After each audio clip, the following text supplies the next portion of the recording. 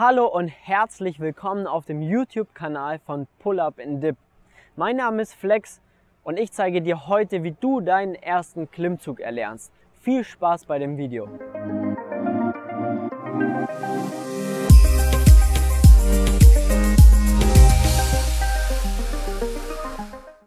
Wir starten mit den Australian Pull-Ups. Das ist eine sehr gute Übung, um einfach mal ein Verständnis für den Bewegungsablauf zu bekommen und vor allem zu wissen, wo muss meine Schulter platziert werden. Dazu verwenden wir Ringe. Wir haben hier den Andi mit dabei. Der Andi nimmt jetzt mal die Ringe. Die sollten circa auf Hüfthöhe eingestellt sein, dass du es für dich gleich mal weißt. Dann stellen wir uns erstmal hin. Genau.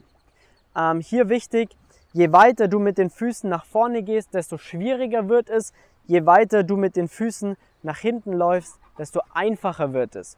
So, wir haben die Ringe gut im Griff. Jetzt ist es wichtig, dass wir die Schultern nach hinten unten bringen. Genau.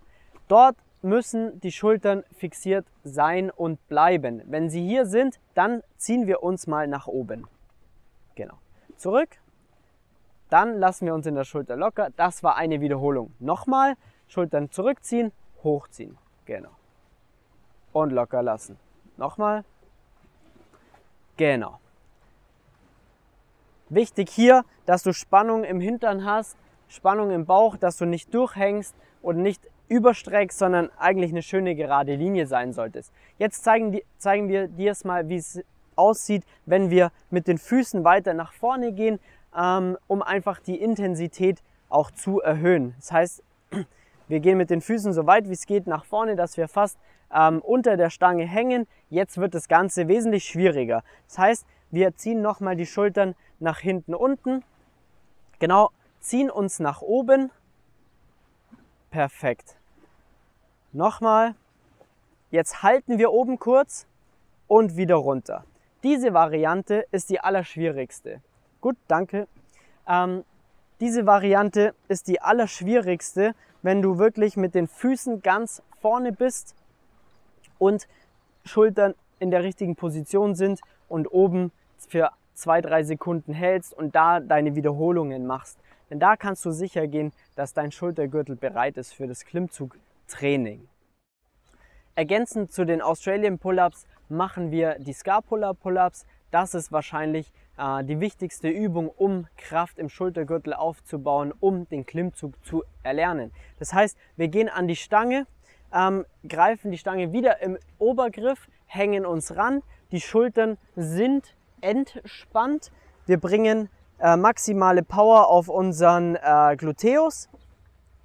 Beine sind leicht nach hinten weggestreckt, wir können uns jetzt hier nicht ganz aushängen, deswegen dann ziehen wir die Schultern nach hinten unten. Zack. Locker lassen. Genau. Und nochmal. Der Andi schaut leicht zur Stange. Locker lassen. Du versuchst quasi die Stange zu brechen, um deine Schultern nach hinten unten zu bringen. Genau. Vielen Dank. Hier ist es enorm wichtig, wirklich die Schultern so weit wie es geht nach unten zu bringen. Es kann sein, dass es bei dir am Anfang vielleicht noch nicht so viel Weg ist. Überhaupt kein Problem. Mach die Übung ein paar Mal, dann wirst du sehen, dass du da stärker wirst. Du verstehst die Ansteuerung und dann wird das Ganze klappen. Worauf du unbedingt noch achten solltest, ist, dass deine Arme bei dieser Übung permanent gerade sind. Das heißt, du arbeitest wirklich nur in der Schulter und nicht über die Arme, beugst sie, sonst irgendwas, sondern du musst verstehen, wie es sich anfühlt, die Schulter am gestreckten Arm nach hinten unten zu führen. Wenn die Basis bei dir funktioniert, du die Scapula Pull-Ups ausführen kannst und merkst, dass du da immer stärker wirst, vor allem die Ansteuerung verstanden hast, dann geht es im nächsten Schritt zu Klimmzüge mit Resistance Band. Dazu hängen wir das Resistance Band an die Klimmzugstange, steigen mit beiden Beinen rein, hängen uns wieder im Obergriff an die Stange. Genau. Auch hier, Körper ist entspannt. Wir bringen den Gluteus auf Spannung. Schultern ziehen nach hinten unten. Wir machen ein Scapula Pull-Up und jetzt ziehen wir uns nach oben. Genau. Nochmal. Runter, hoch, Ellbogen am Körper lassen. Perfekt, vielen Dank. Hier solltest du darauf achten, dass du ein Resistance-Band wählst, das für dich und deinen Trainingsplan auch passt. Ja?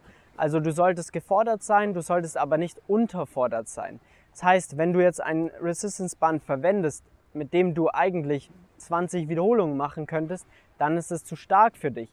Sondern schau lieber, dass du in einem Wiederholungsbereich von, sagen wir mal, 4 bis 10 Wiederholungen arbeiten kannst, je nach Trainingsplan. Das muss man dann sich genauer anschauen.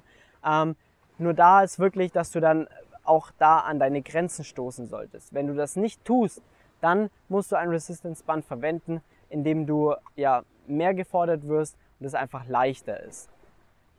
Was da wirklich auch noch wichtig zu sagen ist, das Resistance-Band hat eine, ja, sag mal, unlineare Kraftkurve. Das bedeutet, unten raus unterstützt dich das Resistance-Band am meisten und am höchsten Punkt unterstützt es sich fast gar nicht mehr.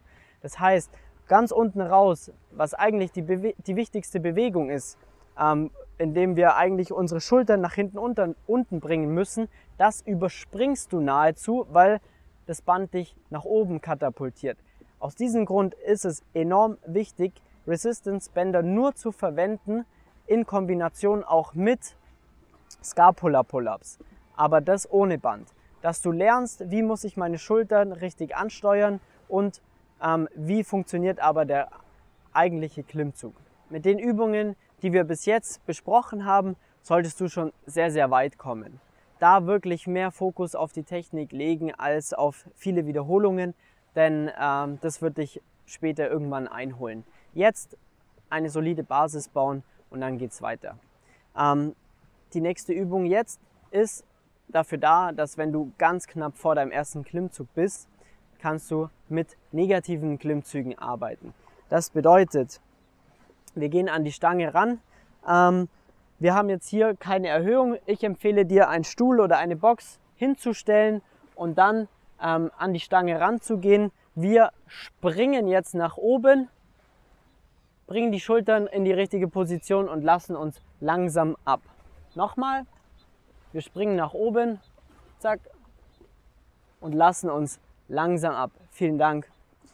Wenn du natürlich hier einen Stuhl oder eine Box zur Verfügung hast, dann kannst du das Ganze viel besser gestalten. Das heißt, du steigst auf die Box, gehst langsam an die Stange ran, bringst deine Schulter langsam in die richtige Position, streckst die Brust nach vorne und dann gehst du mit einem Fuß nach unten und lässt dich langsam ab. Das bitte aber nur machen, wenn du mindestens ein paar Klimmzüge mit dem leichtesten Band noch schaffst. Ja? Wenn du noch mit einem grünen Band oder mit einem Medium-Band unterwegs bist, dann diese Übung auf keinen Fall machen, weil dein Körper ist einfach noch nicht bereit, um da wirklich die komplette Belastung auf deine Strukturen zu geben. Gut, jetzt haben wir alle vorbereitenden Übungen durchgesprochen. Das heißt, jetzt kommen wir zu dem eigentlichen Klimmzug, zu dem du dann hoffentlich bald in der Lage bist, den auszuführen. Das heißt, wir haben kein Equipment mehr. Wir hängen uns an die Stange ran im Obergriff, schulterbreit. Hier wichtig zu zeigen, von dem Ellbogen bis zu dem Mittelfinger ist immer ein sehr guter Abstand, wo man greifen sollte. Ist etwas breiter als schulterbreit, passt bei jeder Person individuell. Dann hängen wir uns komplett ran, bringen Power auf unseren Gluteus, spannen den an, Schultern ziehen nach hinten unten und wir ziehen uns nach oben. Genau. Schultern nach hinten unten und hoch. Vielen Dank. Wichtig dabei, dass du wirklich hier aus dem Dead Hang startest, deine Schultern nach hinten unten bringst und mit dem Kinn über die Stange gehst, dass du da wirklich über die komplette Range of Motion arbeitest. Hierzu haben wir aber noch ein sehr, sehr detailliertes Video gedreht, das ich dir hier empfehle. Schau einfach bei uns hier unten in der Infobox, da ist es verlinkt. Ich hoffe, dir hat das Video gefallen und du konntest einige Tipps mitnehmen, um deinen ersten Klimmzug zu erlernen.